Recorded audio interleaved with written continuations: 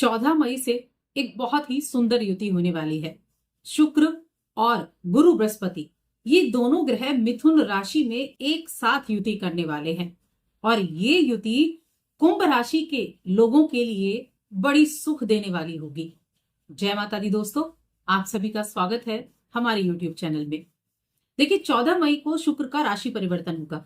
अभी शुक्र अपनी राशि वृषभ राशि में थे और 14 मई को ये बुध की राशि मिथुन राशि में प्रवेश कर जाएंगे। वहां पहले से ही गुरु बृहस्पति बैठे हैं।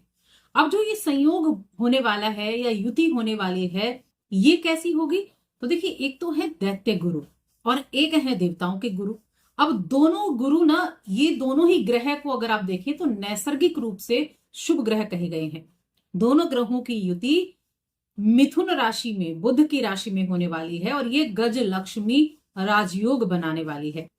अब कुंभ राशि के लोगों के लिए ये युति किस लिए महत्वपूर्ण है? तो देखिए, शुक्रदेव जो है वो कुंभ राशि के लिए योग कारक ग्रह कहे गए हैं, क्योंकि वो भाग्य के स्वामी हैं। वो सुख सुविधाओं के घर, चौथे घर के स्वामी हैं। और जब गुरु बृहस्पति की बात करते हैं तो कुंभ राशि के लोगों के लिए वो धन के स्वामी हैं और इनकम हाउस के, यानी कि आपके लाभ के स्वामी हैं। तो दो ऐसे ग्रह आपके पंचम भाव में युति कर रहे हैं जो आपकी कुंडली में सर्वाधिक अच्छे रिजल्ट देने का काम करते हैं। धन का आना, सुख सुविधाओं का आना। और देखिए, शुक्रदेव की जब आप बात करते हैं तो शुक्रदेव प्रेम के कारक हैं, लग्जरी चीजों के कारक हैं, भौतिक सुख सुविधाओं के कारक हैं। लेकिन सिर्फ यही तक सीमित नहीं है। आपके लिए जो योग कारक ग्रह कहे गए हैं, ये आपके जीवन में स्थिरता लेकर आते हैं, स्थायित्व लेकर आते हैं, ये संतुलन और सौभाग्य को लेकर आते हैं। अब ये बुध की राशि में है। अब बुध शुक्र के लिए देखिए मित्र की राशि है और बुध क्या है? बुद्धि, व्यापार, यानी बौद्धिक रूप से चीजों में काम करना, व्यापार के कारक भी हैं बुधदेव। तो यहां एक बड़ा अच्छा संयोग बनेगा जो इन दो ग्रहों की युति का प्रभाव पंचम भाव में आपको अच्छे रिजल्ट देने का काम करेगा। अभी ये दो ग्रह मिलकर और ये शुक्र का गोचर आपके जीवन में किस तरह प्रभाव देगा, क्या चीजें आपके लिए अच्छी रहेंगी और किन किन चीजों में आपको फायदा हो सकता है, हम इसके बारे में विस्तार से जानेंगे। तो कुंभ राशि की मैं बात कर रही हूं। अब देखिए, कुंभ राशि, शनि इसके स्वामी हैं और शनिदेव कहां बैठे हैं? आप देखिए तो द्वितीय भाव में शनिदेव विराजमान हैं। दूसरे भाव में बैठे हैं आपके राशि के स्वामी। लेकिन हम शुक्र और गुरु के जो अच्छे रिजल्ट अब आपको मिलने वाले हैं उसके बारे में बात कर रहे हैं। अब ये क्या होगा? ये एक तो प्रेम संबंध, शिक्षा और संतान, इन तीनों का भाव पंचम भाव कहा गया है। और जो पूर्व जन्म के कर्म होते हैं ना, उसको भी पंचम भाव ही देखते हैं। तो अब इन चीजों में ये समय वरदान से कम नहीं होगा।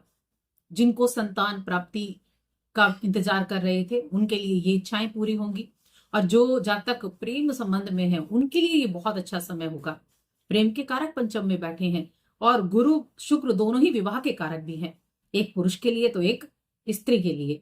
तो अब विवाह के संयोग बहुत अच्छे बनने वाले हैं, प्रेम विवाह के। अब देखिए, एक बहुत अच्छी चीज है वो क्या है कि पंचम भाव से दृष्टि कहाँ गई? सामने वाले घर पर, 11वें भाव पर, जो कि गुरु का ही अपना घर है। और यहाँ 11वां भाव जो क्या करता है? ये इच्छाओं की पूर्ति कराता है। और एक चीज और है कि आपके दूसरा घर जो कुटुंब का भाव है, इसके स्वामी कौन है? गुरु बृहस्पति हैं, पंचम में बैठे हैं, 11वें को देख रहे हैं। तो ये समय प्रेम और विवाह के लिए बहुत उत्तम बन जाता है। इसके अलावा आपके किसी के साथ तनाव चल रहे थे किस रिलेशन में, तो उस तनाव को भी आप दूर कर पाएंगे।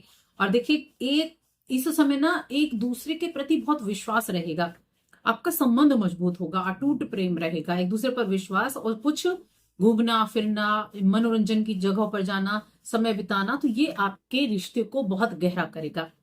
स्टूडेंट्स के लिए ये समय अच्छा रहने वाला है। गुरु और शुक्र एक ज्ञान के कारक और ये बुद्धि के घर में बैठे हैं पंचम भाव, और बुध खुद इसके स्वामी हैं। तो ये समय आपके अंदर ऐसी तीव्रता लेकर आएगा कि आप अपने जो विषय है ना उनको समझने की आपकी जो गति है वो तेज हो जाएगी। ठीक है, तो पंचम भाव है, हम पंचम भाव से जुड़ी बातें कर रहे हैं।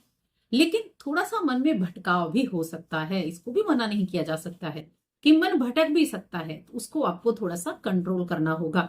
ऐसे में कोई आपका गुरु है, मेंटोर है, आपके माता पिता भी हो सकते हैं, आपके टीचर भी हो सकते हैं, तो अपने गुरु या मार्गदर्शन की सलाह लेना और उनकी सलाह को मानना आपके लिए ज्यादा उपयोगी रहेगा। इस अवधि में धन की अगर बात की जाए तो देखिए धन लाभ तो होगा ही होगा, क्योंकि गजलक्ष्मी योग बना हुआ है और योग कारक ग्रह हैं शुक्रदेव आपके लिए पंचम में जहां ये आए हैं। तो यहाँ इस अवधि में धन लाभ होने के बहुत अच्छे संयोग है। संपत्ति से जुड़ा बहुत अच्छा लाभ इस समय में आपको मिल सकता है।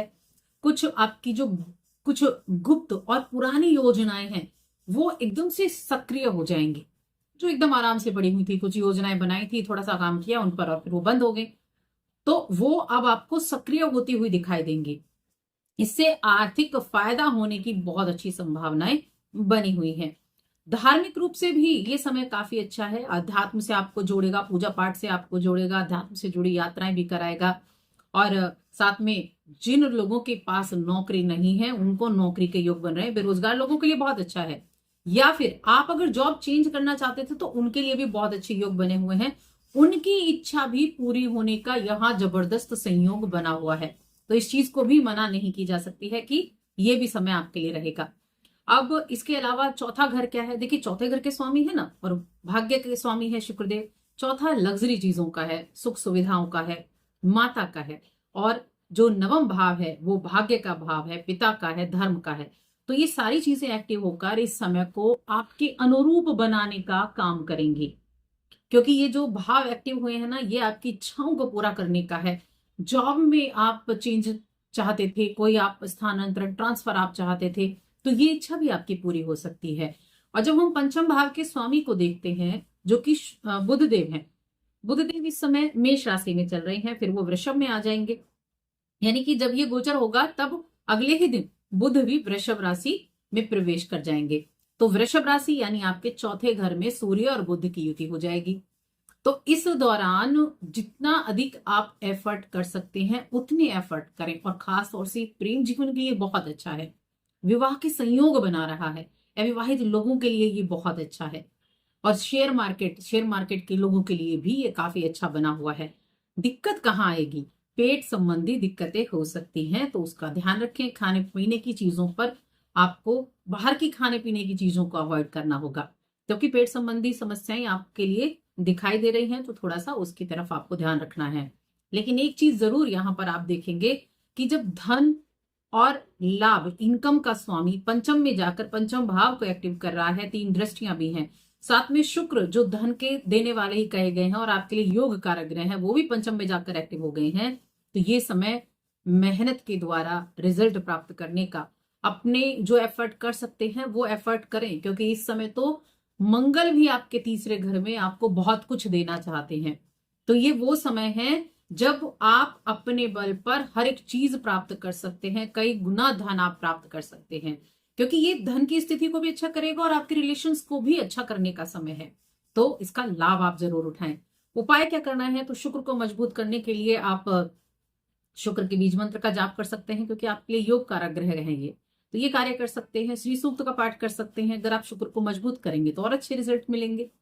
तो बस आज की इस वीडियो में इतना ही। वीडियो कैसी लगी हमें कमेंट करके जरूर बताएं। जय माता दी।